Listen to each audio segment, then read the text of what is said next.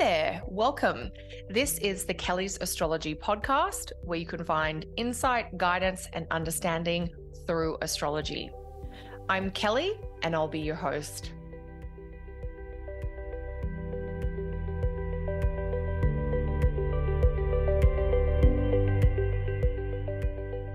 Hey there, everyone, and welcome back to episode 3 of the Kelly's Astrology podcast, where I'll be taking a look at a couple of the astrological insights that you need to know for the week starting July 8th.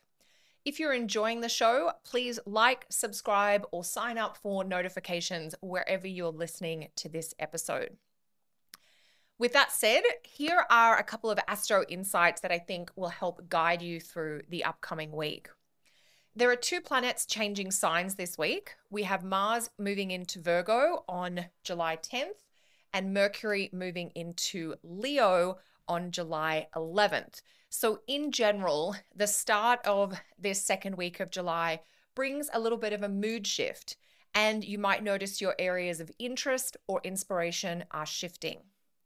I'm going to focus on the planet Mercury this week. We'll be talking about Mercury and Leo, kind of a part 2 in terms of what we chatted about in our last episode.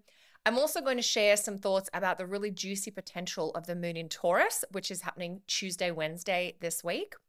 I'll be talking more about Mars in Virgo in next week's show. So Mercury is moving into Leo on Tuesday. That's July 11th. And when a planet moves into a fire sign, Leo's obviously a fire sign, after having spent time in a water sign, there's this quality of that planet drying out. It's as if our mind gets clear. We are maybe no longer kind of swirling in that emotional space, and we're starting to get a sense of our vision. So we're getting some clarity coming through. And because, of course, Mercury is about the mind and about communication, you may notice that for the 2.5 weeks or so that Mercury is in Leo starting July 11th, that you're feeling clearer in your mind, or you're feeling more expressive, or you're feeling a little bit more confident in speaking aloud the ideas and interests that are kind of inside you. Mercury in Leo is not the most intellectual placement for Mercury. We're going to save that story for a few weeks' time when Mercury moves into Virgo. But Mercury in Leo is a lot more expressive, and it is more vocal than Mercury in Cancer, where Mercury has spent the past few weeks. So in the next 2.5 weeks, it's time to kind of say it loud and say it proud. You know, kind of take ownership of the ideas you have, of the interests that get your curiosity going, and be a little bit more bold or forthcoming in asking for what you want or speaking up about the things that you're interested in. You might explore kind of wild ideas, or you might find yourself swept up in a creative passion. You might be feeling a little bit instinctive. You know, Leo is one of those signs that has the bestial designation, that it's connected to animals and kind of that animal instinct. And so Mercury in Leo is often about expressing some of those primal urges, those things that are really important to you that may not always make logical sense. When we think about that sort of primal instinct, it might be about some really kind of basic things that as a creature in a human body that we need, about movement and about food and about experiences. So our thoughts with Mercury and Leo are going to shift to topics like, how do we express ourselves? How does the role of leadership show up? Do you feel like you're leading your life forward, or do you feel like you are a character in somebody else's play or story? Leo is very much a sign of bringing your authentic light out into the world. And Mercury here can make us really interested in our authentic self. It can make us curious about how we get in touch with that authentic energy inside of us. And not only how can we get in touch with it, but how can we bring it out into our life so that we feel like we're living a more authentic, genuine, kind of true to our core experience.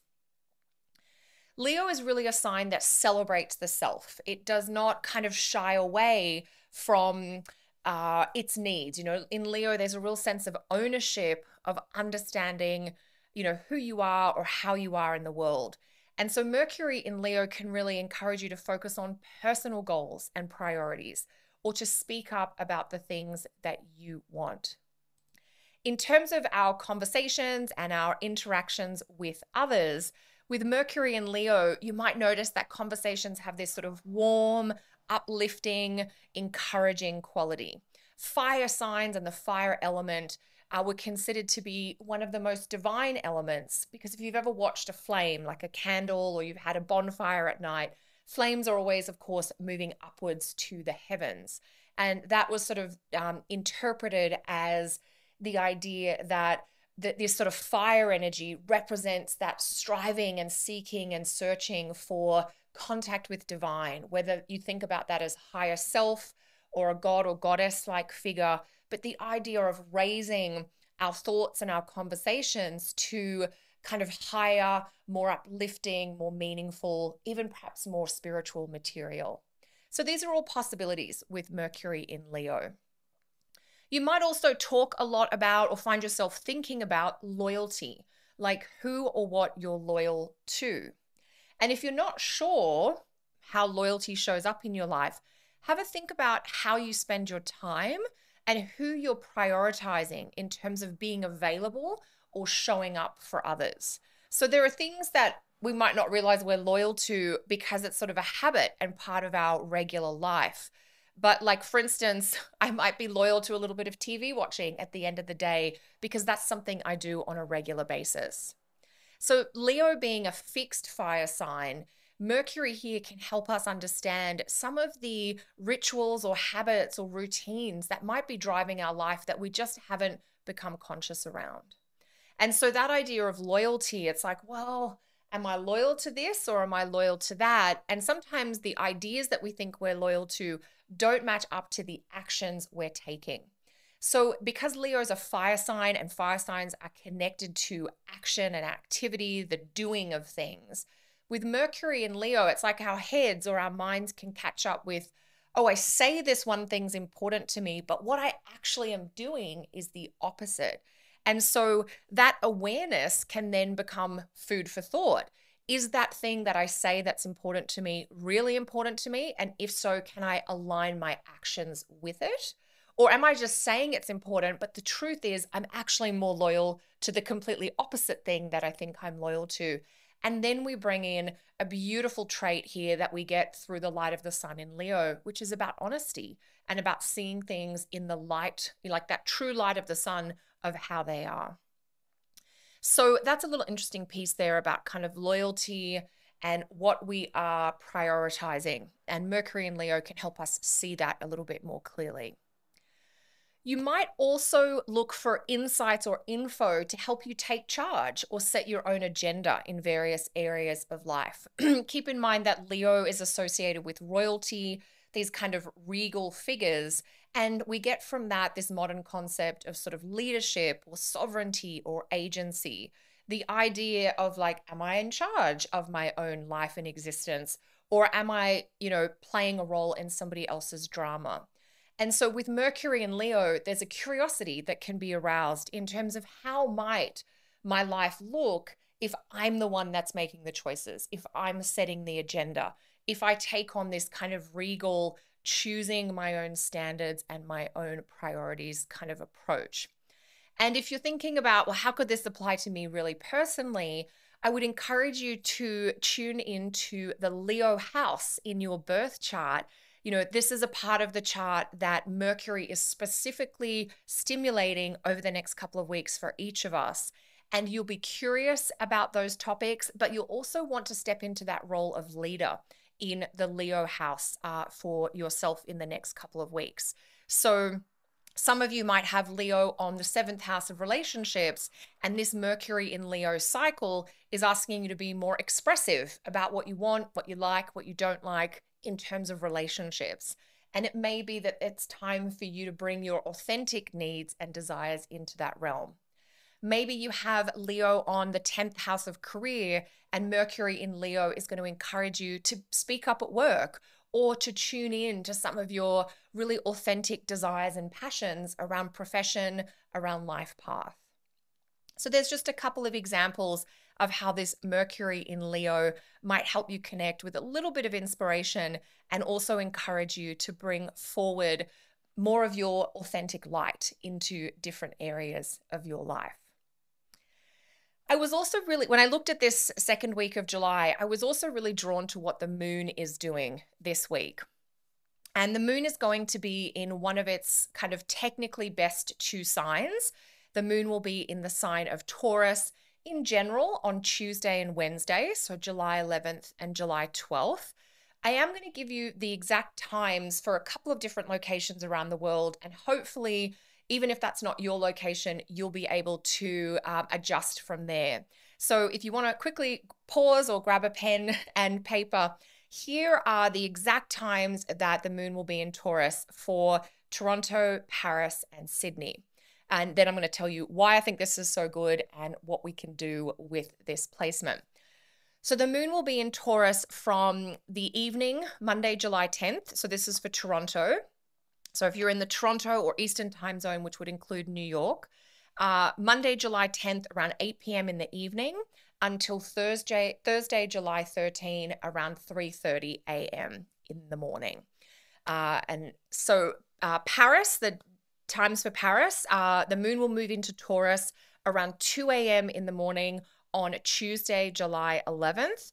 And the moon will be in Taurus, Paris time, until about 9:30 a.m.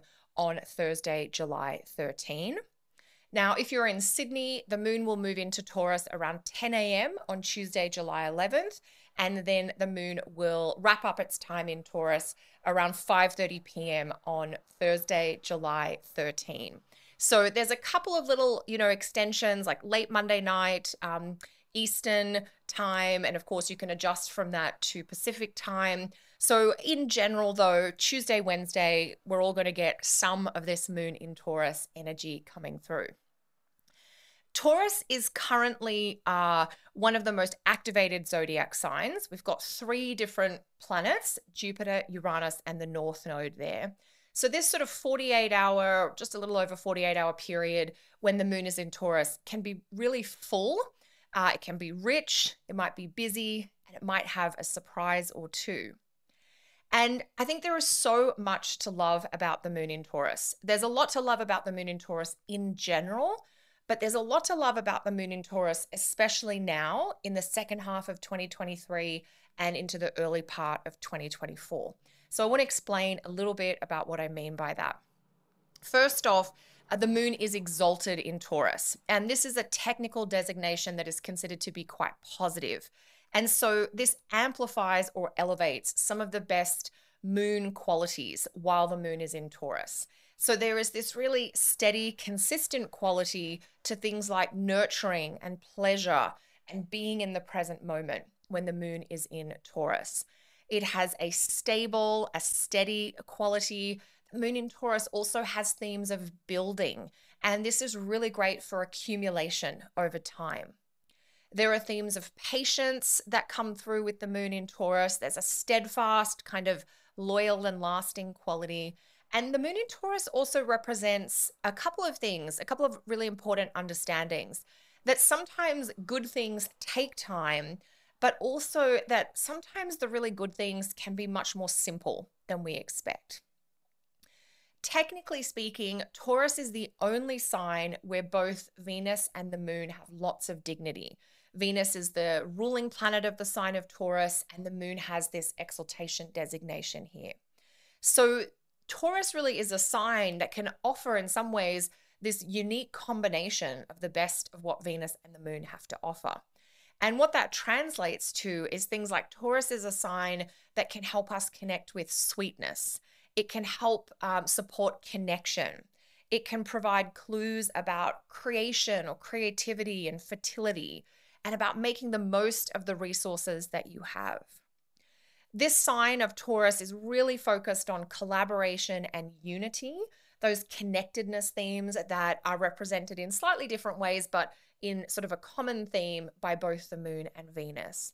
And of course, Taurus is a sign that's very much about support and nurturing.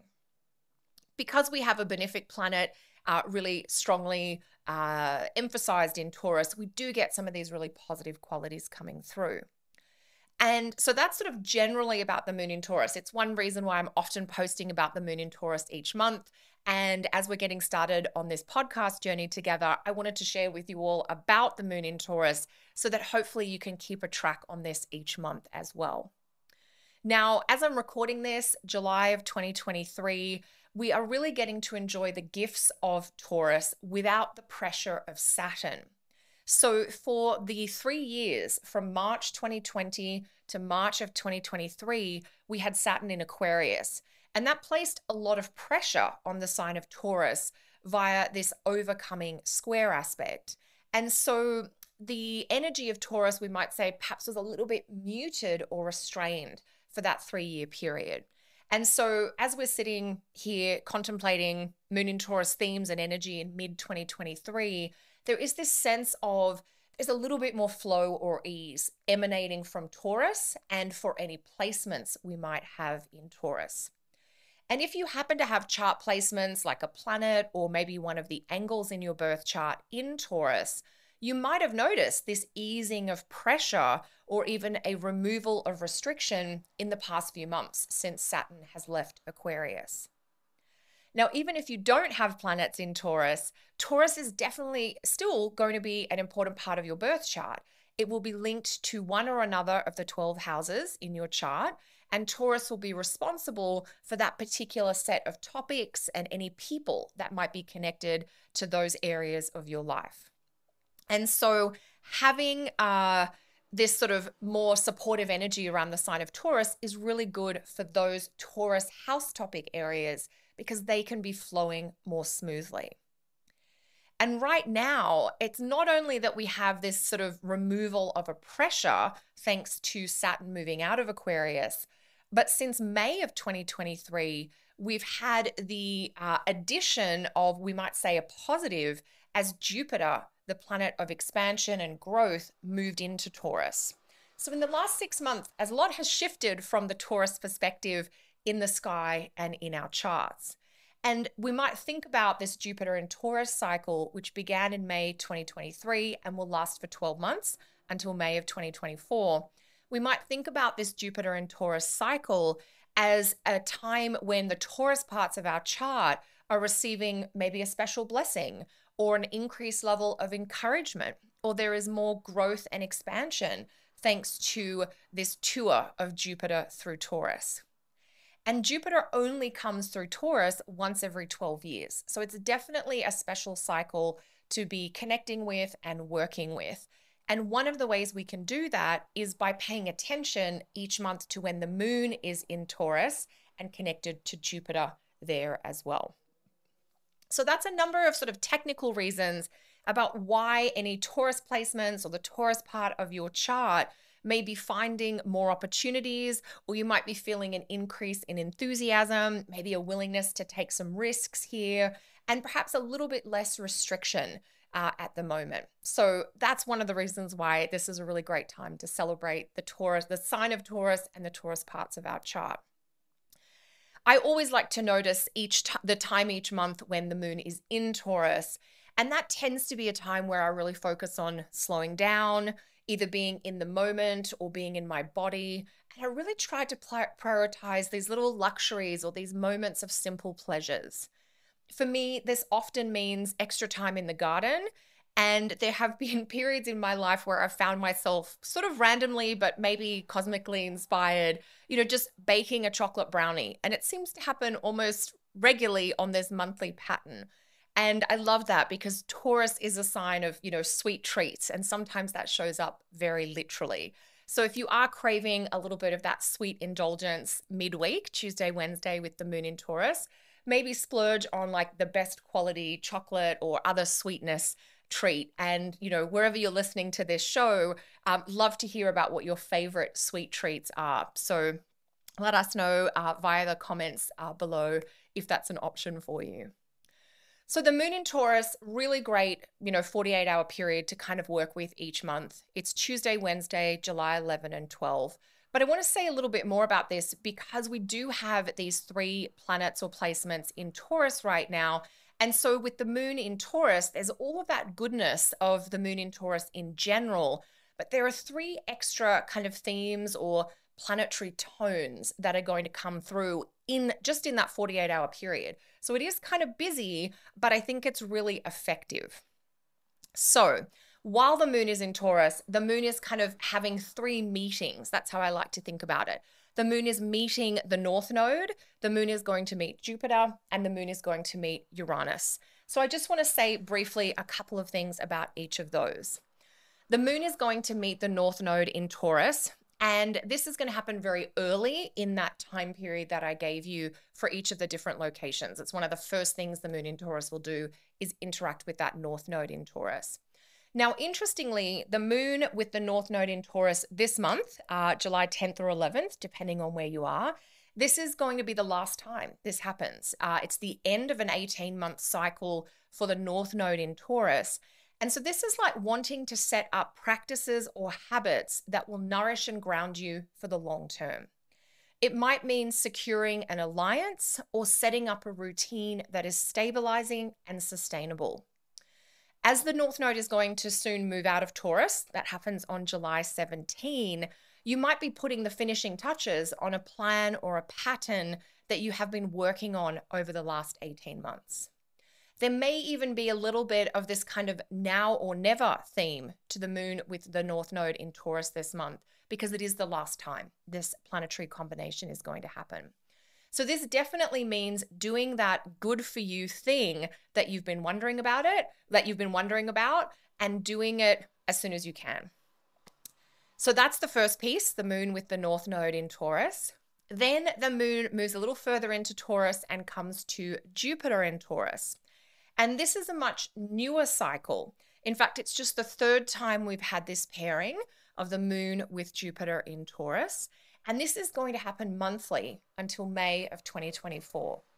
And it is such a beneficial combination. Technically, it would be considered really good. Jupiter is the planet of expansion and support. It's the planet, the greater benefic. It's a planet that represents encouragement. And you could think about Jupiter as sort of the cosmic cheerleader. And when Jupiter's activated in ways like this that would be considered really positive or fruitful, it's very much time to say yes, to stretch outside your comfort zone and really focus on growth, progress, the idea of making things bigger, making things more meaningful. I really love the moon's links to Jupiter as they help us tap into self-belief and to wisdom. You might find yourself tapping into some inner wisdom, like really trusting your own understandings and insights. But you might also find yourself tapping into kind of the wisdom of the world. There might be a philosophy or a teacher or a mentor or a framework that you connect to that really gives you perspective and guidance. The moon's links to Jupiter can also inspire you to make life more meaningful or to really focus on experiences that enrich your life. And there might be ambitions that emerge too. Jupiter is a planet that wants to help us improve, expand, and upgrade. And so as the moon meets Jupiter, that'll be on Tuesday for most of us, Wednesday if you're in Australia. This is really going to be a time to make a choice or a change that helps you improve or upgrade something in your life. So that moon with Jupiter is so much about growth, about expansion, about giving yourself permission to take up more space or daring to kind of prioritize the things that are really fulfilling and meaningful for you. So you can see why I think these moon-Jupiter aspects are so juicy, so supportive, so encouraging. I mean, who doesn't need a little bit more self-belief, kind of self-trust, like having faith in yourself? And the moon with Jupiter and Taurus can really support that. So we've got that available to us Tuesday this week, the second week of July, and we're going to have that every 4 weeks now until May of 2024. So thinking about the Taurus part of your birth chart and taking up more space or pursuing more dreams and adventures around this part of your chart and your life. The final planet that the moon will meet while it's in Taurus is going to be Uranus. And now this is a longer running trend that has been happening for a few years. We're a little over halfway through the Uranus in Taurus cycle. When the moon meets Uranus each month, it's like a little flash of Uranus energy. And so there are these moments of innovation or these flashes of insight that might lead to invention. And this will be Wednesday for most of us, Thursday if you're in Australia.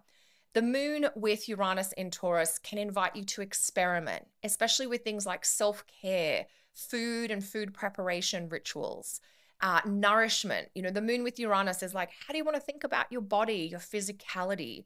But the moon with Uranus in Taurus is also, what is pleasure? How do I know what pleasure is for me? Do I need to rediscover or redefine that? So the moon with Uranus can also help you break old or outdated patterns. So it's a great time for a refresh or a reset. Of course, Uranus is the planet of chaos, change, and the unexpected. And so each month when the moon meets Uranus, there may be this 24-hour period that has a little bit of an unpredictable or chaotic quality. So definitely be flexible with your plans and expectations. And that is Wednesday, as I mentioned, for most of us, Thursday if you're in Australia. And that's because last minute changes are likely. It can be a last minute unexpected, change or something gets canceled, but it could also be this spontaneous invitation that you think, oh, I'm just going to go for it. I really love the excitement of Uranus and the way it can prompt these totally out of the blue ideas and possibilities. So we do get a little bit of a kind of, the mind kind of explodes open a little bit. And so even if things are a bit hectic or not going to plan, you might notice that there is an opportunity in the midst of these changes midweek. Uranus does encourage authentic choices and individuality. So you may find yourself wanting to push back on regular obligations or shake up your schedule. You might feel a bit restricted by routines or responsibilities that you're normally happy to honor. That's okay. Notice that and maybe shake things up temporarily.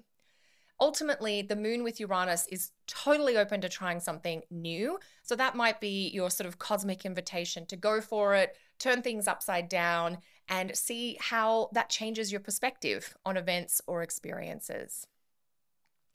Thanks for listening, everyone. I hope these insights help guide you through this second week of July. If you're enjoying these astro insights and you'd like even more info and insight about the astrology of the week ahead, I'd invite you to join my private astrology membership. You can join today via my website, kellysastrology.com. Thank you so much for listening. I'll see you again next week. Bye for now.